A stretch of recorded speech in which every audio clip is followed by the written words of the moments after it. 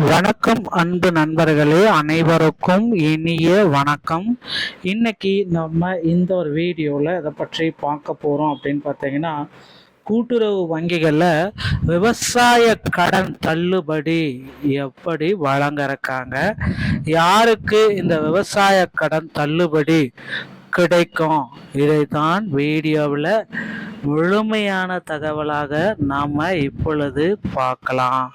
So இந்த விவசாய கடன் தள்ளுபடி பட்டியல் எப்படியெல்லாம் யாருக்கெல்லாம் மாறும், முதற்கட்டமாக எவ்வளவு தள்ளுபடி கொடுக்குறாங்க, இரண்டாம் கட்டமாக எவ்வளவு தள்ளுபடி கொடுக்குறாங்க, ஸோ மீண்டும் மீண்டும் இந்த தள்ளுபடி வழங்கப்படுமா அப்படின்றது நிறைய பேர் கேள்விக்குறியாக இருக்கிறது அப்படின்னு நம்ம சொல்லலாம்.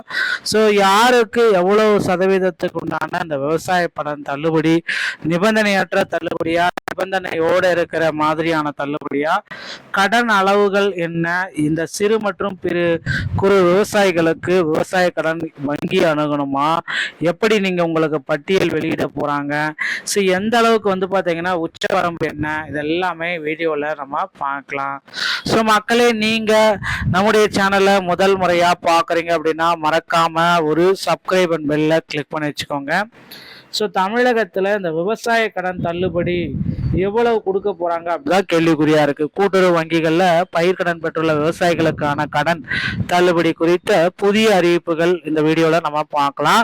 முன்னதாக விவசாயிகள் பாத்தீங்கன்னா அறிவிப்பு தேர்தலில் அறிவிச்சதுக்கு மாதிரியே இல்லை. தேர்தலில் நீங்க வச்சு 5 ஏக்கர் சொன்னது 5 ஏக்கர் அப்படின்றது இங்க இல்லவே இல்லை. இது எதுக்கு எங்களுக்கு இந்த விவசாய கடன் தள்ளுபடியை கொடுத்தீங்க அப்படின்ற மாதிரி எல்லாமே மக்கள் கேள்விகள் கேட்குறாங்க. ஸோ இந்த மாதிரி விவசாய கடன் தள்ளுபடியை இந்த மாதிரி அரசு குறை கூறுமா, இல்லை மீண்டும் மாற்றி அமைக்குமா அப்படின்றது இப்போ கேள்விக்குறியா இருக்கு. ஸோ முதற்கட்டமா பாத்தீங்கன்னா விவசாய கடன் தள்ளுபடியை எப்படி வழங்குறாங்க அப்படின்னு பாத்தீங்கன்னா, ஸோ 1 லட்சம் ரூபாய் வரைக்கும் நீங்க கடன் வாங்கியிருந்தீங்க, அதெல்லாம் 75,000 வரைக்கும் இந்த விவசாய கடன் தள்ளுபடி உங்களுக்கு கிடைச்சிடும். ஸோ 1 lakh rupees கடன் வாங்கியிருக்கீங்க அப்படின்னா 75,000 உங்களுக்கு அதில் கடன் தள்ளுபடி. 1 லட்சம் ரூபாய்க்கு மேலே கடன் வாங்கியிருந்தீங்க அப்படின்னா அவ்வளோதான், உங்களுக்கு தள்ளுபடியே கிடையாது, 35,000 தான். வெறுமனே 35,000 மட்டும்தான் இனிமேல் தள்ளுபடி அப்படின்றத கொடுத்துருவாங்க. ஸோ இந்த காரணம் 1 lakh rupees மட்டும்தான். இது 1 lakhக்கு மேலே போச்சு அப்படின்னா வெறும் 35,000 மட்டும்தான் தள்ளுபடி, 75,000 கிடையாது. ஓகேங்களா? இந்த மாதிரியான தள்ளுபடி பட்டியலை தான் அரசு வெளியிட்டாங்க. இந்த 75,000க்கு மேல போன டைம் 2வது அறிக்கையில் பாத்தீங்கன்னா 75,000க்கு மேல போச்சு அப்படின்னா 35,000 சொல்லிட்டு இருந்தாங்க. ஆனா இப்போ பாத்தீங்கன்னா அதை மாடிஃபை பண்ணிட்டு 75,000 to 1 லட்சம் ரூபாய் வரைக்கும் பாத்தீங்கன்னா நீங்க கடன் வாங்கியிருந்தீங்க அப்படின்னா 75,000 தள்ளுபடி. ஓகேங்களா?